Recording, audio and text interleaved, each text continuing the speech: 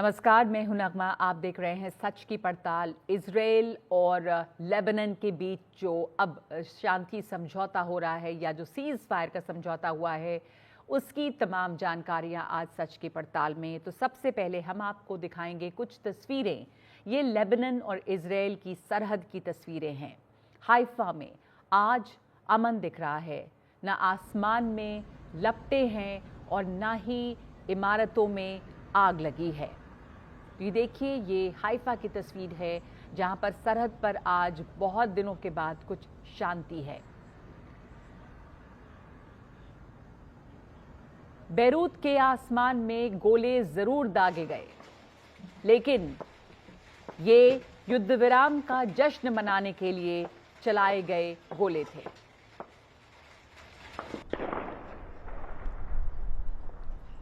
तो बैरूत की ये तस्वीरें हैं।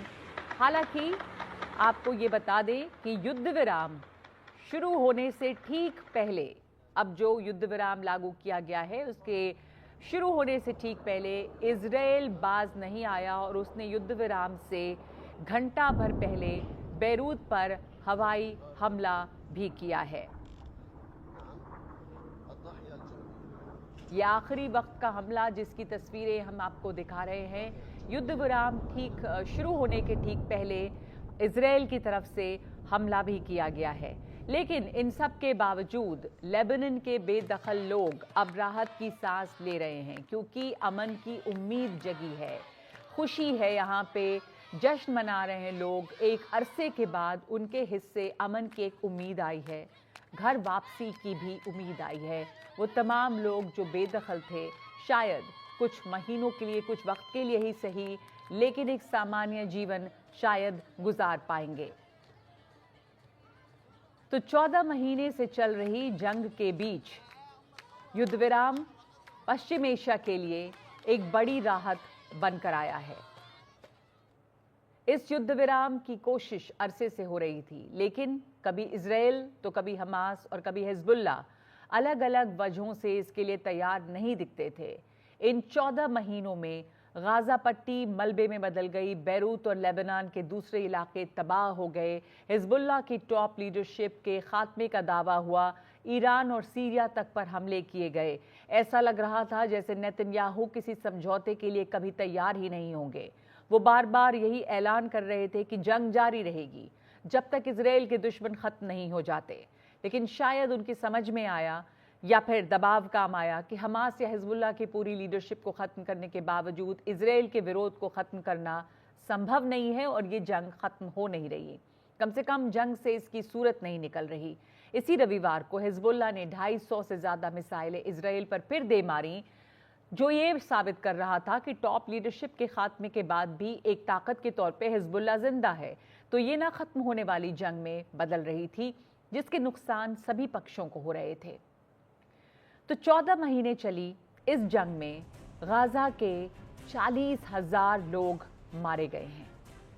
पश्चिमी किनारे के भी, यानी कि वेस्ट बैंक के 600 लोगों की मौत हुई है। लेबनान में 500 से ज़्यादा लोगों की मौत के आंकड़े आ रहे हैं, मगर इजराइल भी पूरी तरह से महफूज नहीं रहा है। उसे भी अपने 1200 लोगों को खोना पड़ा है। इसके अलावा घायलों की तादाद हज़ारों में है और बेदखल हुए लोगों की तादाद तो लाखों में है। मामला इतना ही नहीं है, अगर हमास ख़त्म हो गया, अगर हिजबुल्लाह की लीडरशिप का सफाया हो गया, तब नेतन्याहू भी पूरी तरह से महफूज नहीं दिख रहे थे। नेतन्याहू इस युद्ध की शुरुआत से पहले अपने यहाँ पर कुछ अलोकप्रिय हो रहे थे। हम मजबूत नहीं थे उतने। हमास के हमले ने उनकी इस कमज़ोरी को कुछ कम किया, लेकिन अलोकप्रियता तो उनकी बढ़ती ही गई। लोगों में ही उनका विरोध दिखने लगा। गाजा पर उनकी जवाबी कार्रवाई से उन पर कुछ भरोसा लौटा, मगर जैसे जैसे युद्ध खिंचता गया वैसे वैसे नेतन्याहू सवालों में घिरते गए। अमेरिका ने उन पर लगातार युद्ध खत्म करने का दबाव बनाया। आखिर नेतन्याहू को यह समझ में आया कि ये हमले लगातार नहीं चल सकते। तो अब इन सब के बाद एक युद्ध विराम का ऐलान किया गया है। ये युद्ध विराम सिर्फ 60 दिनों का है। तो सवाल ये है कि 60 दिनों का अमन और फिर क्या मचेगा वही कोहराम? क्या ये युद्ध विराम टिकेगा? युद्ध विराम के दोनों सिरों पर 2 या 3 मुल्क या संगठन ही नहीं है, आपसी अविश्वास का एक बहुत लंबा गलियारा है। इजराइल ने लेबनान पर हमले का विकल्प खुला रखा है। उसने कहा है कि अगर उस पर हिजबुल्लाह ने हमला किया तो वो जवाबी कार्रवाई करने के लिए आज़ाद होगा। इसके अलावा वो इस दौर में ईरान की घेराबंदी की कोशिश कर सकता है। इन सब अंदेशों पर बातचीत करेंगे, लेकिन सबसे पहले देखते हैं युद्ध विराम को लेकर अपने सहयोगी कादम्बिनी शर्मा की ये रिपोर्ट।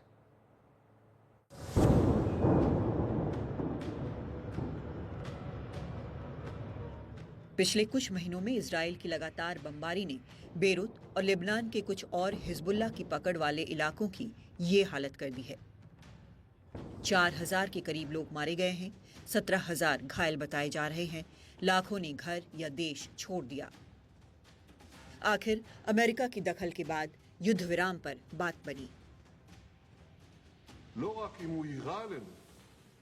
युद्ध विराम उल्लंघन न सिर्फ तब माना जाएगा अगर हिजबुल्लाह हम पर फायर करता है, बल्कि तब भी अगर भविष्य में हम पर हमले के लिए हथियार जमा करता है। हम मजबूती से उसका जवाब देंगे।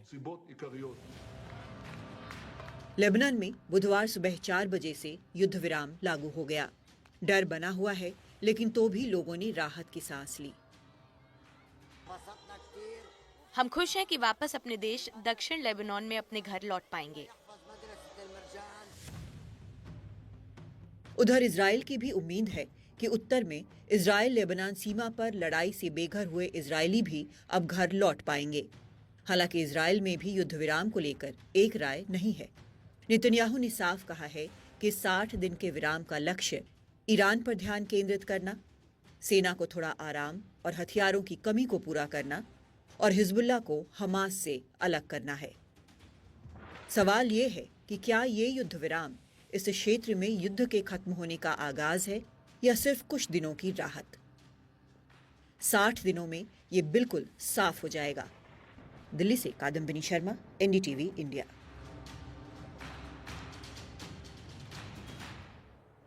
तो हमारे साथ इस वक्त जुड़ गए हैं डॉक्टर मुश्ताक हुसैन, अंतर्राष्ट्रीय मामलों के जानकार, और सुरेश गुप्ता, जो पूर्व राजदूत रह चुके हैं। सुरेश गुप्ता जी और मुश्ताक हुसैन, आप दोनों का बहुत शुक्रिया। इस वक्त जो ये सीज़ फायर आखिरकार हासिल हो पाया है, 60 दिनों का ही सही, लेकिन बहुत बड़ी राहत है वहाँ के लोगों के लिए। सबसे पहले सुरेश गुप्ता जी, मैं आपके पास आना चाहूँगी। आप उस इलाके में रहे हैं, क्या मायने हैं सीज़ फायर के इस वक्त?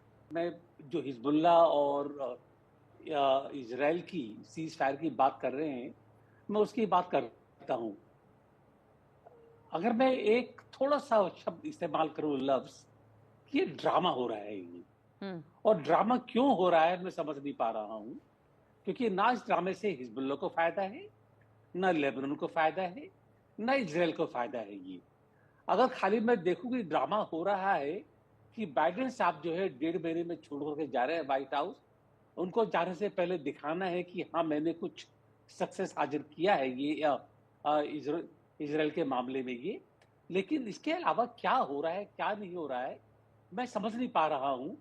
पहली बात तो ये है कि जो सीज फायर एग्रीमेंट की बात कर रहे हैं जी, उसमें इम्प्लीमेंटेशन की जो जिम्मेदारी है लेबनान की साइड पर, वो लेबनान की आर्मी के साथ है, लेबनान के साथ में है। उसमें हिजबुल्लाह को एक्चुअली अगर देखा जाए एग्रीमेंट में एज एन एनिमी पार्टनर उसको शामिल किया गया है कि आप हिजबुल्लाह के जो कैंप से वहां से बॉर्डर से हटाएंगे, उनके जो टनल से वो खत्म करेंगे, जो उनके हथियार है वो खत्म करेंगे। हिजबुल्लाह को वो क्या मिलेगा उसमें, और क्यों करेंगे वो ये?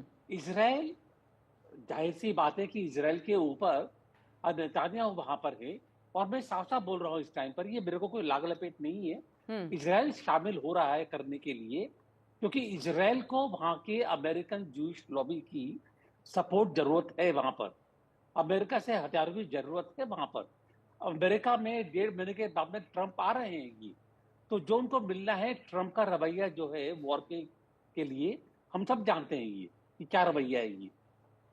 उसको देखते हुए अगर नेतन्याहू को दिख रहा है कि उन्हें कुछ चाहिए, तो अभी टाइम है 1.5 महीने फिर का, जी तो थोड़ी एक कंसेशन दिखा रहे। ठीक है, तो आपने लेकिन कहा कि बाइडेन की जी। तरफ से दिखाया भी जा रहा है कि जाते जाते उन्होंने ये हासिल किया कि एक तरह से सीज फायर कराई। अब ये बिल्कुल। है भी वैसे सिर्फ 60 दिनों का, तो उसके बाद इस सीज फायर के बाद वापस वही सिचुएशन लौट सकती है। मुश्ताक साहब, आपका इसके उससे ऊपर क्या खराब, कहना है? उससे जी, खराब। उससे खराब हो सकता है, आप अग्री करते हैं इससे? या ये जो 60 दिन है, ये वहाँ के लोगों के लिए जो तस्वीरें हमने देखी कि एक राहत की सांस उन्होंने ली है, राहत की खबर बनकर आई है, जश्न मना रहे हैं वो लोग, क्योंकि कुछ लोगों को घर लौटने का मौका मिलता है और कम से कम कुछ दिनों के लिए आसमान से गोले बारूद नहीं गिरेंगे। जी देखिए नगमा जी, मुझे लगता है कि अनफॉर्चुनेटली इस सीज फायर का जो शांति समझौता अभी हुआ है उसका फायदा शायद यहीं तक सीमित रह जाए कि कुछ लोगों को कम से कम 60 दिन या 60 दिन में से भी कुछ दिन के लिए कुछ राहत मिले। ये जो समझौता हुआ है, इसकी जो इसका जो फाउंडेशन है वो 2006 का एक यूनाइटेड नेशन सिक्योरिटी काउंसिल का रेजोल्यूशन है 1701, जिसने 2006 में जो 33 दिन की लड़ाई हुई थी इजरायली आर्मी और हिजबुल्लाह के बीच, उसका शांति समझौता भी उस के बेसिस पे हुआ था। जितने भी कंडीशंस रखी गई हैं ये वही है जो 2006 में कंडीशंस थी। 2006 में भी वो सारी कंडीशंस पूरी नहीं हो पाई थी। 2006 में भी दोनों गुटों ने, खासकर हिजबुल्लाह और इजराइल ने, एक दूसरे के ऊपर लगातार ये आरोप लगाया था कि वो दोनों सीज फायर की कंडीशंस के खिलाफ जाकर तो अभी भी इसी एक्ट ये कर जो रहे हैं। 1701 यूएन रेजोल्यूशन की आप बात कर रहे हैं, जो 2006 में जिसकी बात हुई थी, लेकिन दोनों तरफ से पूरी तरह से इम्प्लीमेंट नहीं हुआ, इसी में एक बफर जोन बनाने की भी बात थी, जो जो अनआर्म्ड जोन हो, जहां पर किसी तरह के हथियार ना हो, सिवाय इसके कि जो लेबनान की सरकार है चुनी हुई उनके पास हो। लेकिन वो बफर जोन की स्थिति जो है वो क्या रही, और उसमें तो स्थायी युद्ध विराम का भी प्रस्ताव था। हाँ, जो बफर जोन था वो 30 किलोमीटर लंबा होना था। इजराइल और लेबनान के बीच जो बॉर्डर है उसे हम ब्लू लाइन कहते हैं। उससे 30 किलोमीटर उत्तर की तरफ एक नदी बहती है, लिटनी रिवर जिसको हम कहते हैं। इन दोनों के बीच जो 30 किलोमीटर का दायरा है वहां पर बफर जोन बनाने की बात थी। इस बफर जोन में सिर्फ दो ताकतों को ये अधिकार दिया गया था कि वो आर्म्स लेके जा सके। एक तो लेबनान की नेशनल आर्मी और दूसरा संयुक्त राष्ट्र संघ की तरफ से जो पीस कीपिंग फोर्स है जिसको फोर्सेस। यूनिफिल कहते हैं। जी। हम्म। अब यहाँ दिलचस्प बात यह है कि लेबनान की आर्मी से ज्यादा ताकतवर, ज्यादा एडवांस्ड हथियार और कई बार तो ज्यादा डिसिप्लिन के साथ हिजबुल्लाह के सैनिक रहते हैं वहां पे। ये जो शांति समझौता 2006 में हुआ था, उस वक्त भी हमने देखा था कि लेबनान के अंदर जो तीन सबसे बड़े धार्मिक गुट हैं, जिसमें सुन्नी है, शिया है और मैरोनाइट क्रिश्चियंस हैं, उनके बीच का जो पॉलिटिकल डिवीजन है वो इतना स्ट्रांग था कि उस वजह से वहां की सरकार एक पॉलिटिकल विल नहीं दिखा पाई थी इस शांति समझौते को अच्छे से इंप्लीमेंट करने के लिए। जी। और यही डर अब भी है, क्योंकि जैसे हमने पिछले 4-5 सालों में देखा है कि लेबनान के अंदर बहुत ज्यादा एक पॉलिटिकल अस्थिरता चल रही है। उनके जो भी प्राइम मिनिस्टर भी हैं नजीब मिकाती, वो भी एक कॉम्प्रोमाइज प्राइम मिनिस्टर हैं। उनके पीछे किसी भी गुट का बहुत ज्यादा सॉलिड सपोर्ट नहीं है। और इसमें लेकिन ये भी उनपे तो था कि पूरी जो इजरायली आर्मी है वो पूरी तरह से भी पीछे हटेगी। तो अभी जो जी। ये सीज फायर हुआ है उसमें इजराइल की वो आर्मी पीछे जाएगी। यहाँ पर जो ब्लू लाइन और लिटनी नदी के वहाँ पे जो बफर जोन 30 किलोमीटर का है वो पूरी तरह से डिसआर्म्ड होगा। जमीन पर ये चीजें अब लागू होंगी, ये यकीन इस दफा करना कितना मुश्किल है? नगमा जी, बिल्कुल, अगर आप ऑनेस्ट ओपिनियन चाहें तो मुझे लगता है ये बहुत मुश्किल होगा, क्योंकि लेबनीज आर्मी के पास ना तो रिसोर्सेज हैं और पॉलिटिकल विल पावर भी कम है। हिजबुल्लाह की लीडरशिप के बहुत सारे लोगों का असैसिनेशन किया है इसराइल ने। हिजबुल्लाह इस सीज फायर को बिल्कुल यूज करेगा कि वो दोबारा से अपनी कैपेबिलिटी को बढ़ा सके, और हिजबुल्लाह की एग्जिस्टेंस के लिए जरूरी है कि वो इसराइल के खिलाफ कुछ ना कुछ करता रहे। तो वो पूरी कोशिश करेगा कि इन 60 दिनों के अंदर भी, और अगर मजबूरी हुई तो 60 दिन तक इंतजार करने के बाद उसके बाद दोबारा से अपनी एक पहचान, अपनी एक प्रेजेंस उस जो बफर जोन है उसमें बनाएगा। और जैसे ही वो ये करेंगे, जैसे आप लोगों ने अभी वीडियो भी दिखाया प्राइम मिनिस्टर नेतन्याहू का, उन्होंने कहा जी। है कि सिर्फ अटैक को हम अटैक नहीं मानेंगे, अगर वहाँ पे आर्म्स का डंप भी मिलता है, तो हम उसको भी एक अटैक मानेंगे। तो मुझे उम्मीद बहुत ज़्यादा नहीं है। तो एक तरफ से नेतन्याहू बिल्कुल ये तैयार है, उन्होंने पहले भी ये कहा है कि अगर हिजबुल्लाह कुछ भी करता है तो मैं अटैक करूंगा। तो ये जो सीज फायर है, जैसा सुरेश गोयल जी भी कह रहे थे कि एक ड्रामा लगता है, सिर्फ 60 दिन का एक तरह से एक ब्रीदर है, कुछ थोड़ी बहुत राहत हो सकता है मिले, लेकिन उम्मीद कम लगती है कि यहाँ पे कुछ भी शांति स्थापित हो पाएगी। सुरेश गोयल जी, तो इस वक्त नेतन्याहू पे दबाव और हिजबुल्लाह पे भी, हिजबुल्लाह ने भी आखिर ये बात मानी है और तभी ये सीज फायर हो पाया है। तो इनमें अगर हम इसको कूटनीतिक तौर पे देखें तो अमेरिका का दबाव थोड़ा काम किया है और अब बाइडेन प्रशासन भी जाने वाला है, तो वो ये हासिल करना चाह रहे थे और शायद नेतन्याहू ने बात मानी। पर इधर भी और काफ़ी वेस्ट एशियन कंट्रीज इसमें लगी हुई थी, पर कुछ भी स्थायी नहीं हो पाया इसके बावजूद। तो ये सिर्फ इस वक्त ये कैसे हो पाया, क्यों हो पाया? नहीं, ये वाकई में जो आपने कहा बड़ी आश्चर्य की बात है कि कैसे हो पाया और क्यों हो पाया। क्योंकि मेरे को अगर मैं देखूं तो मजबूरी लग रही थी नेतन्याहू की साइड से, क्योंकि नेतन्याहू को सपोर्ट चाहिए इजराइल के अंदर भी। वहां पर जो अल्ट्रा राइटिस्ट एलिमेंट्स हैं उनकी सपोर्ट नेतन्याहू के साथ में नहीं है, और नेतन्याहू को आगे अपनी जो एग्जिस्टेंस है एज ए प्राइम मिनिस्टर आगे जारी रखने के लिए सपोर्ट चाहिए उनको। अमेरिका की तरफ से ये है कि हाँ वो सपोर्ट करेंगे उसको, उनकी वजह से जरूर है, लेकिन हिजबुल्लाह ने क्यों एग्री किया? और ये सवाल काफी वाजिब है ये, क्योंकि हिजबुल्लाह को इसमें कहीं से कोई गेन नहीं नजर आ रहा है। अनलेस कि अगर हम ये सोचो कि ईरान जो है जो हिजबुल्लाह को सपोर्ट करता है, अगर ईरान ने ये सोचा हो कि अभी हम 50-60 दिन थोड़ा रहते हैं ये, उसके बाद में देखा जाएगा, आफ्टर ऑल हमास को भी ईरानी सपोर्ट करता है, तो मैं ये समझता हूँ कि ये सब जो है एक तरह से मैटर ऑफ कन्वीनियंस है कि कुछ दिन के लिए शांति रखते हैं। ये जब बात खत्म हो जाएगी उसके बाद में देखा जाएगा क्या होगा। आखिरी बात मैं ये कहना चाहूंगा नगमा जी कि जो कंडीशंस हैं सीज फायर की, उसमें क्या है, नेतन्याहू ने कहा है कि अगर वहां पर ये दिखा कि हिजबुल्लाह की तरफ से कोई हथियारों के डंप मिल रहे हैं, इकट्ठे किए जा रहे हैं, तब वो अटैक कर सकते हैं।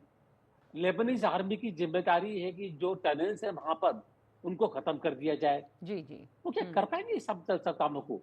तो ये सब चीजें जो है एक तरह से मुझको लग रहा है कि just to satisfy the Americans. तो ये इस वक्त सिर्फ अमेरिकियों को, अमेरिकी प्रशासन को थोड़ा सा दिखाने के लिए, खुश करने की कोशिश भर लग रही है, जैसा आप कह रहे हैं सुरेश गोयल जी। मुश्ताक हुसैन, बहुत शुक्रिया आप दोनों का। खैर 60 दिन की एक राहत है कुछ लोगों को, लेकिन हाँ कोई स्थायी सोल्यूशन नहीं है, बहुत दिन चलेगा इसकी ज़्यादा उम्मीद नहीं है। ये ज़रूर है कि बाइडेन प्रशासन अब जाने वाला है, जनवरी में डोनाल्ड ट्रंप आएंगे, तब चीज़ें कैसी बदलेंगी ये देखना होगा। और आज सुबह अमेरिका में रिश्वत के आरोपों पर अडानी ग्रीन ने स्टॉक एक्सचेंज में बयान दिया। गौतम अडानी या अडानी परिवार के किसी सदस्य पे आरोप नहीं है, मीडिया में चल रही खबरें गलत हैं। इस खबर के बाद अडानी समूह की कंपनियों के शेयरों में ज़बरदस्त उछाल दिखा और फिर प्रतिक्रियाओं का एक पूरा दौर चल पड़ा। अमेरिकी विदेश करप्शन कानून है, यानी कि FCPA का जो कानून है, उसके तहत अडानी परिवार के किसी भी सदस्य पर कोई आरोप नहीं है, न गौतम अडानी पर, न सागर अडानी पर और न ही विनीत जैन पर। उस आरोप में कुछ दम है, सबूत तो है ही नहीं। अगर मुझे आपको घूस देनी है और आप किसी कंपनी में हो तो मुझे आपका नाम तो देना पड़ेगा। तो ना तो आपका नाम है, ना उसमें पैसा इन्वॉल्व है, ना लिखा है कितना दिया और कौन सा कॉन्ट्रैक्ट मिला, कुछ नहीं लिखा है। कोई भी इंडाइटमेंट जो होती है, किसी के ऊपर चार्ज लगना, जो इंडिया में भी हम FIR फाइल कर देते हैं, उसका मतलब ये नहीं होता कि वो आदमी जो है वो कन्विक्ट हो गया है। आप अरेस्ट तब होते हैं जब आप कन्विक्ट हो जाते हैं। अडानी ग्रीन्स ने सर स्टॉक एक्सचेंज को भी लिखा है कि अडानी का कोई भी इसमें एलिगेशन नहीं है। अरे ठीक है, आज वो हम तो उठा रहे ना सवाल। विरोधी निरंतर यही तो सोचता है, भारत को कैसे कमजोर करें, टुकड़े करें, भारत की कैसे बदनामी हो। पिछले बार भी जो आरोप लगे थे उनका क्या हुआ? उनमें भी तो कुछ नहीं निकला ना। क्या आज विपक्ष का शगुफा केवल भारत के उद्योगपतियों को बदनाम करने तक सीमित हो गया है क्या? ये विदेशी जो बड़े बड़े उद्योग घराने हैं विदेशों के, उनके इशारों पर क्या ये ऐसा तो नहीं कि भारत के उद्योगपतियों के खिलाफ जो बार बार से इस प्रकार की बातें आती हैं और बाद में कुछ नहीं निकलता। जो ग्लोबलाइजेशन है वो स्लोबलाइजेशन की तरफ जा रहा है एंड ओवरऑल रिसेशनरी फेज है जहां पे वेस्टर्न वर्ल्ड बहुत ज्यादा सफर कर रहा है। सिंस वेस्टर्न वर्ल्ड सफर कर रहा है तो वो देख नहीं सकते कि हिंदुस्तान की इकोनॉमी ग्रो करे। Adani greens have denied all the allegations of bribery charges. You think Adani is going to accept the charges? Which world are you living in, brother? Obviously, he's going to deny the charges. 4 share ऐसे हैं जो upper circuit पर बंद हुए हैं, मतलब आज के दिन उतनी ही तेजी आ सकती थी। शेयर ऐसे हैं जो 20% के अपर सर्किट पे बंद हुए हैं और 2 शेयर ऐसे हैं जो 10% के अपर सर्किट पे बंद हुए हैं।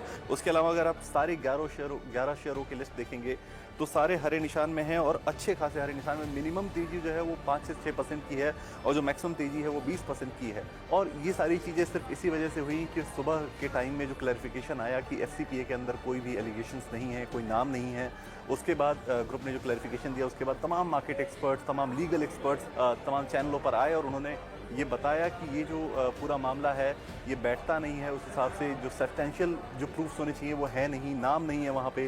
तो ओवरऑल एक एजेंडा था जिस एजेंडे के तहत जो है वो शेयरों पर प्रहार किया गया, ग्रुप पर प्रहार किया गया और फाइनली जो है वो चीज़ें साफ हुई, तस्वीर साफ हुई और तस्वीर साफ होते ही शेयरों ने पूरी रफ्तार दिखाई। आरोप लगता है तो उसके बाद एक बेसिक लॉ है कि आप आरोप का जवाब भी पढ़ेंगे। जवाब पढ़ने की कभी वो लोग जहमत नहीं उठाते। हिंडनबर्ग का केस आया था तो हिंडनबर्ग के केस में जो रिप्लाई गया वो रिप्लाई किसी ने पढ़ने की कोशिश नहीं की। उस टूल किट पर काम करने वाले देश के किसी भी एजेंडाधारी ने उस रिप्लाई को पढ़ने की कोशिश नहीं की, सिर्फ वो एलिगेशंस को पढ़ते रहे और अल्टीमेटली पता चला कि एलिगेशंस ठीक नहीं है। सुप्रीम कोर्ट की किसी चीज में जजमेंट आती है, उस जजमेंट की एक्सेप्टेबिलिटी नहीं होती। तो मैं समझता हूं कि ये आरोप निराधार है।